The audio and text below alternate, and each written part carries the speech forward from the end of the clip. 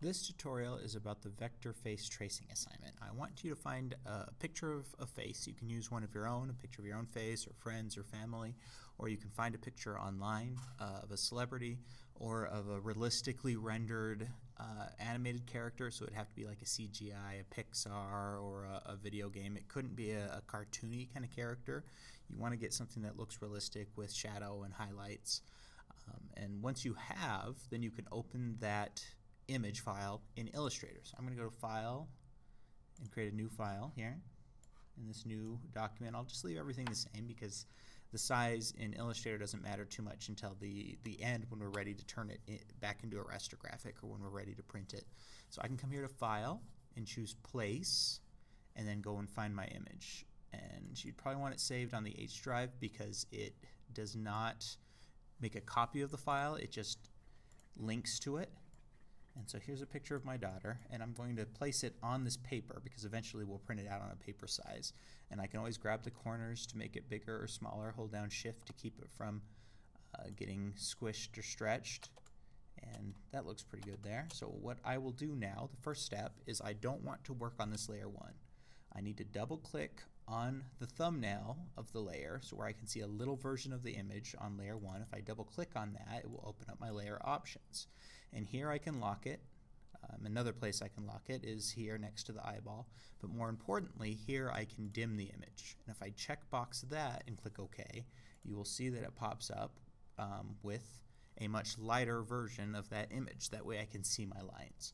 Now what I'm going to do is treat each section of her face as a separate color. So I'm not looking at edges. I'm not trying to find a black line around her nose like we did with the cartoon characters.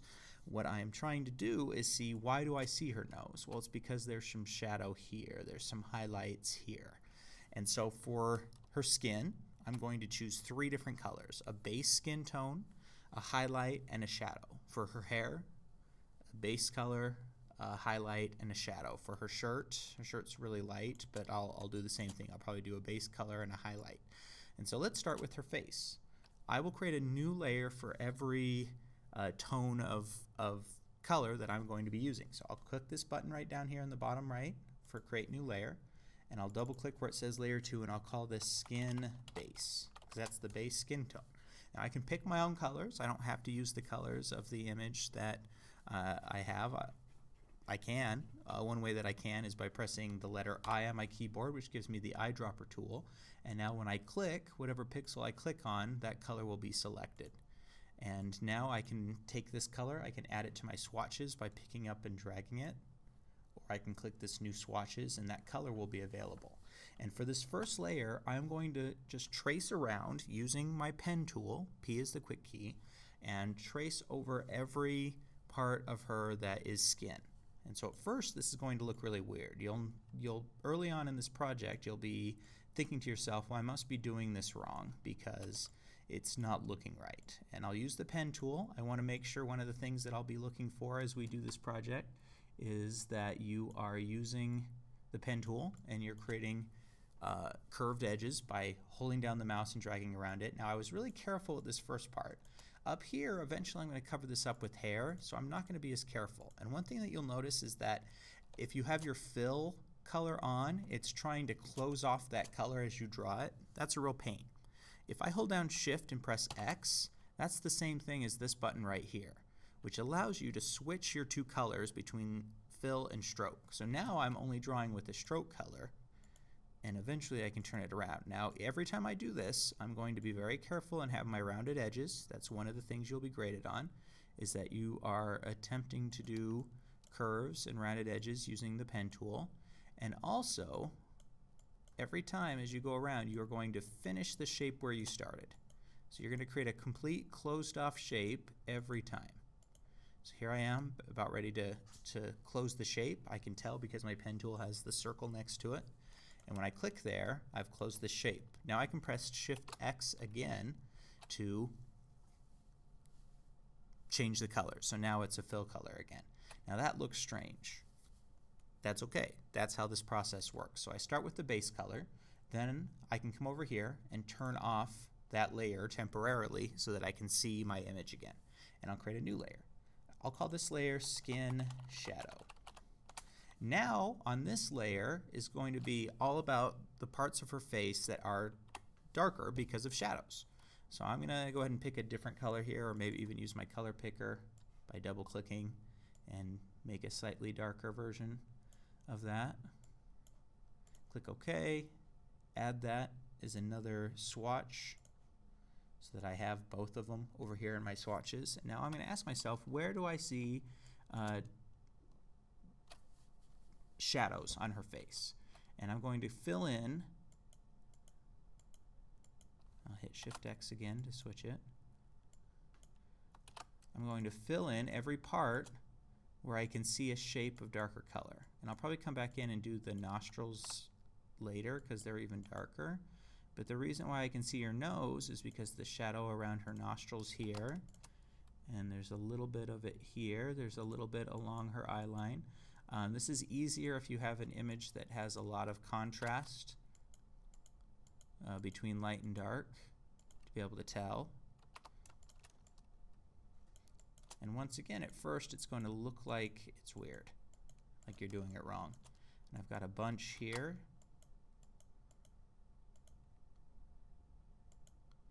So it kind of defines the edge of her face here.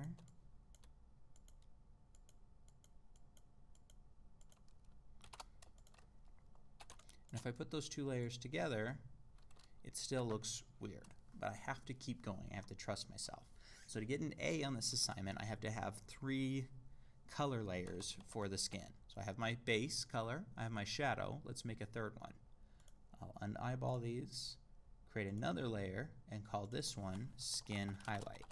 And naming the layers is just for you. I'm not going to see that, but it makes your life a lot easier if you can recognize which layer is which. 'Cause you may have 20 layers on this assignment. Now I'm going to eyeball that one. Maybe make it a little bit darker. But where do I see highlights on her face? So where does the light hit her face especially high? On her cheeks it does. And sometimes I can get away with not hitting Shift X to switch the colors.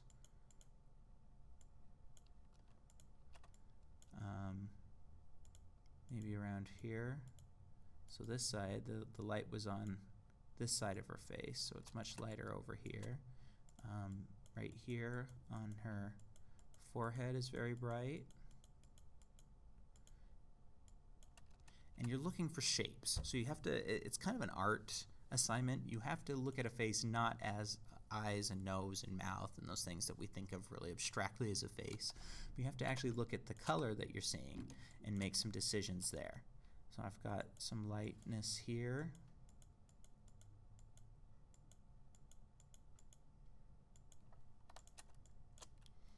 And now when I put those 3 together, it still seems strange until you get the eyes in. Let's do the eyes. So I'm going to make a new layer. I'll call it, oh, and if you double click on it, you can change it here to eye whites. And I am going to trace around the lighter parts of the eye.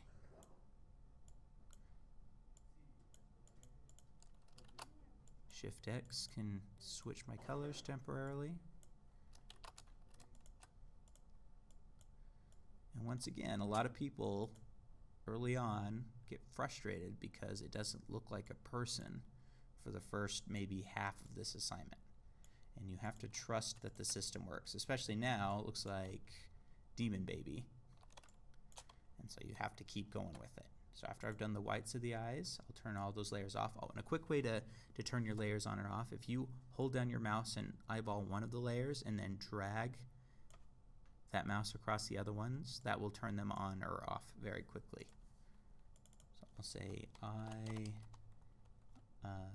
iris. And I've got multiple colors in the iris, so I'll probably come back and do at least 2 colors in those later.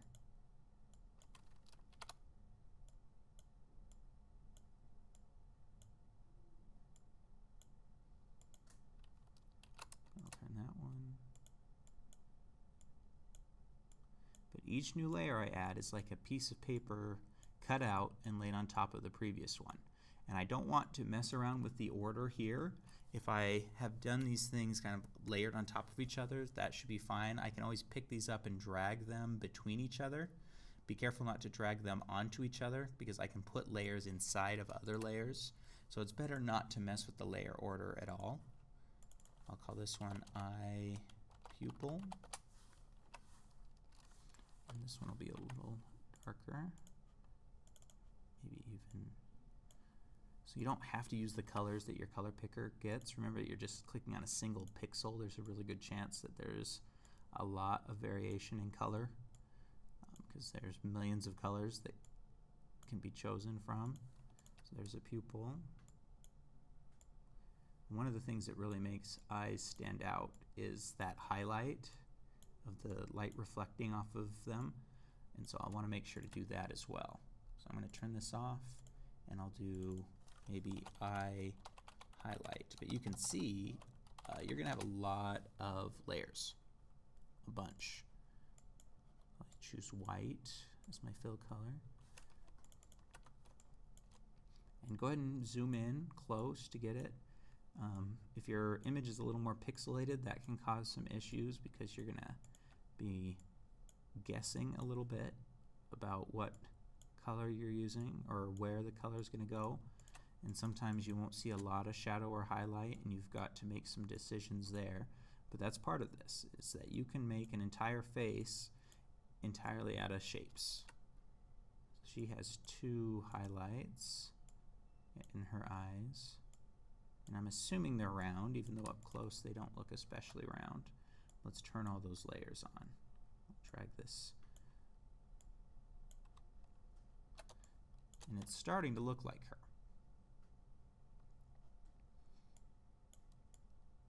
I'll do the hair layer too. You don't have to keep watching if you're feeling kind of confident about this. You can start working, but this is a reference and a resource for you. So I'll do hair base. So this is my next true, completely different color. I'll do a base color again. And her base hair is a light brown, maybe a little darker than that.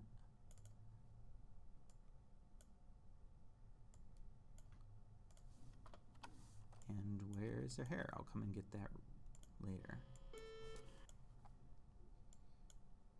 I'll trace around here.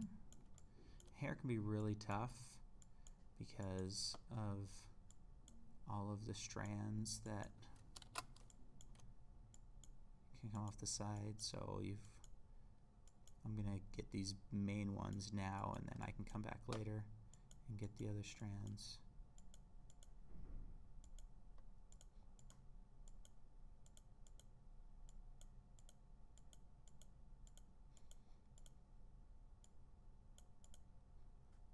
And normally I wouldn't have to be careful twice. I went around the ears earlier with the when I was doing the skin, but maybe I shouldn't have.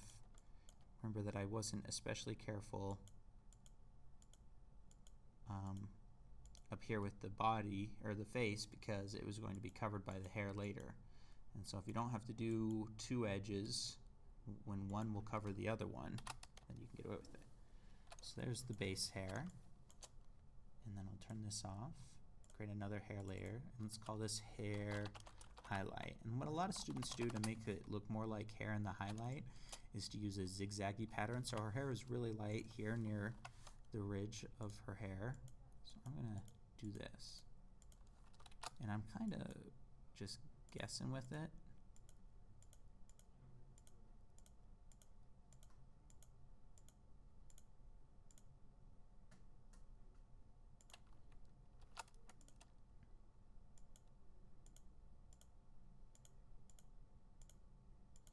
In this case, I'm just clicking, even though I probably should give it a little bit of a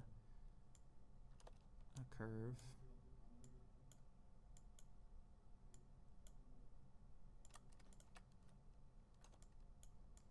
Where else is it light?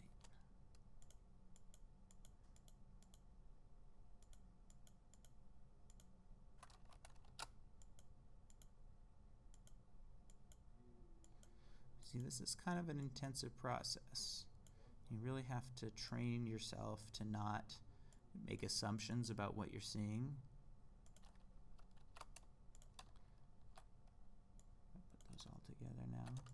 getting a lot closer. And I can do the same thing for the lips. I have to go back up and do the hair some more. So some people have problems with the lips. I'll do the lips here. I would treat the entire mouth as a layer. So I'm going to start with her lips, but I'll use this darker red here. Oops. Got to start my previous line. And I'm making sure, once again, every time the shapes that I draw are closed off around. So that looks strange, but if I now turn that layer off, maybe I'll do teeth next.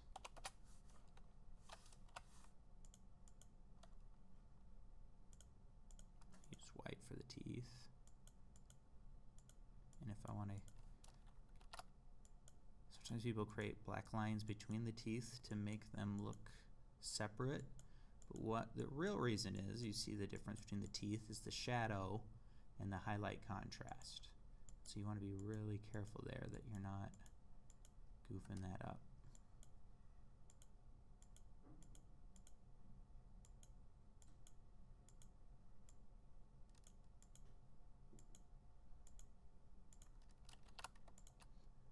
And our two little teeth up here. If you want to skip ahead a bit, and then I'll maybe make another layer that's like mouth, maybe tongue. How do you spell tongue? I have no idea. I'd probably put this layer beneath the teeth. So here's an example of, so right now it covers the teeth. If I drag it so that the white line appears beneath the teeth, then it's behind. And I might do the same thing for, I'll say mouth shadow. I'll turn those all off. And I've got some darker parts of her mouth over here.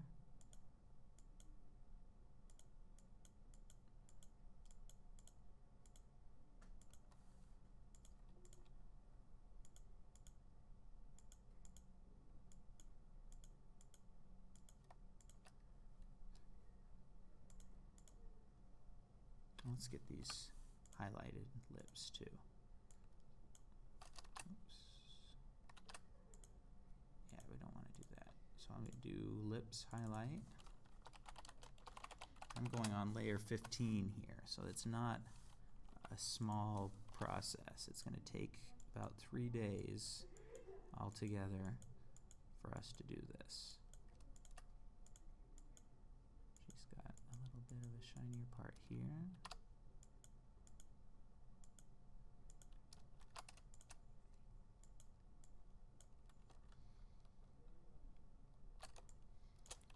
You can see it's starting to work out. I don't have eyebrows or eyelashes, anything around the eyes. So maybe that would be my next step, would be to do like eye shadows and maybe get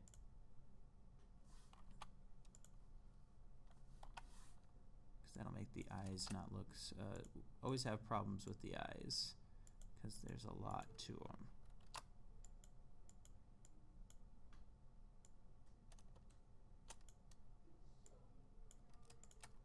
And I've got this, the ridge of her eyelids. So I'm going to go ahead and get both of those. And this one, she's got shadow.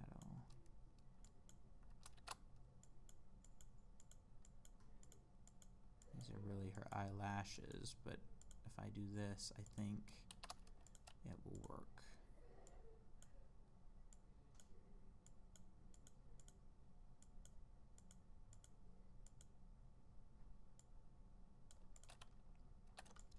I'm going to get her eyelashes here too, because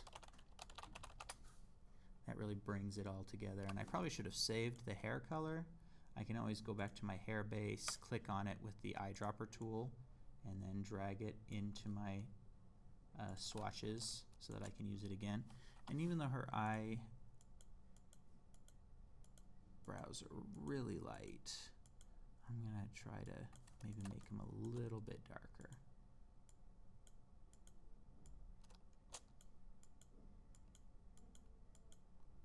be a little too much. I can turn all these layers back on so you can see. So I'll hold down my mouse and drag all the way down. And now it's starting to look recognizably like my daughter. I still have a long ways to go. I have an even darker shadow under her neck, which lets me see the contrast between her chin and her neck. I've got her nostrils. I have some more highlights and shadows in the hair. But as I go through these, every new piece that I add makes it look more like it. So don't give up, don't get frustrated early on especially. It takes a while before it even starts looking like anything. And to get the full points on this assignment, if you have for the face a base, a shadow, and a highlight, for the hair if you have at least 2 or 3 layers of color shapes to define those, the lips and the eyes, you will get an A on this assignment. So hopefully this is helpful to you.